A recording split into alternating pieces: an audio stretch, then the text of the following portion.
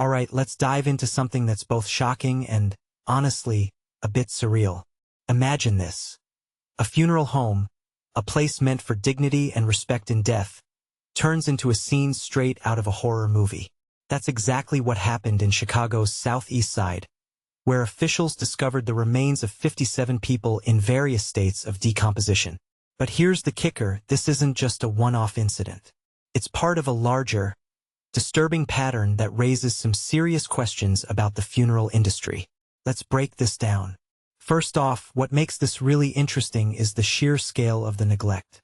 We're talking about 57 bodies improperly stored, some decomposing, others infested with maggots. Personally, I think this goes beyond negligence. It's a complete betrayal of trust. Funeral homes are supposed to be sanctuaries, places where families can grieve knowing their loved ones are being treated with care. But this is a nightmare. What many people don't realize is that this isn't the first time something like this has happened. In fact, it's part of a troubling trend. Take Clark Morgan, the funeral director involved in this case. His name has popped up before, specifically in 2025 when a crematory he owned was shut down after over 100 bodies were found improperly stored. If you take a step back and think about it, this guy has a history of cutting corners, and it's not just about poor business practices, it's about disrespecting the dead and their families. What this really suggests is that there's a systemic issue here. How does someone with a revoked license continue to operate? And why wasn't this caught sooner? One thing that immediately stands out is the role of regulation.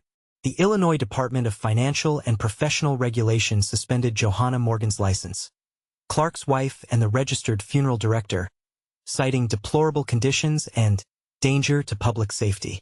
But here's the thing. If the Morgans were already on the radar, why wasn't there more oversight? In my opinion, this points to a bigger problem. The funeral industry, in some cases, seems to be operating with minimal accountability. And that's terrifying.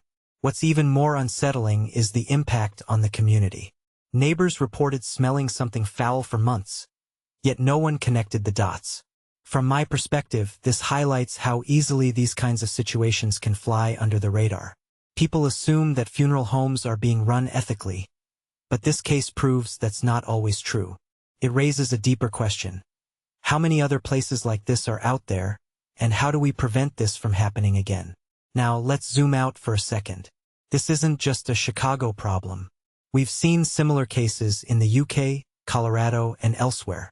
In the UK, a funeral director was sentenced to 20 years for mishandling bodies and giving families the wrong ashes.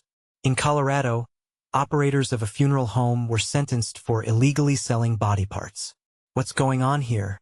Personally, I think it's a combination of greed, lack of oversight, and a disturbing disregard for human dignity. A detail I find fascinating is how these cases often involve repeat offenders. Clark Morgan, for instance, has faced lawsuits for unpaid debts and even contempt of court. It's like he's operating in a vacuum, untouched by consequences. This raises a deeper question. Why aren't these individuals being held more accountable? And why does it take something as extreme as 57 decomposing bodies to finally shut them down? If you take a step back and think about it, this isn't just about one bad apple. It's about an industry that needs serious reform. Funeral homes should be held to the highest standards, with rigorous inspections and penalties for violations. But right now, it feels like the system is failing.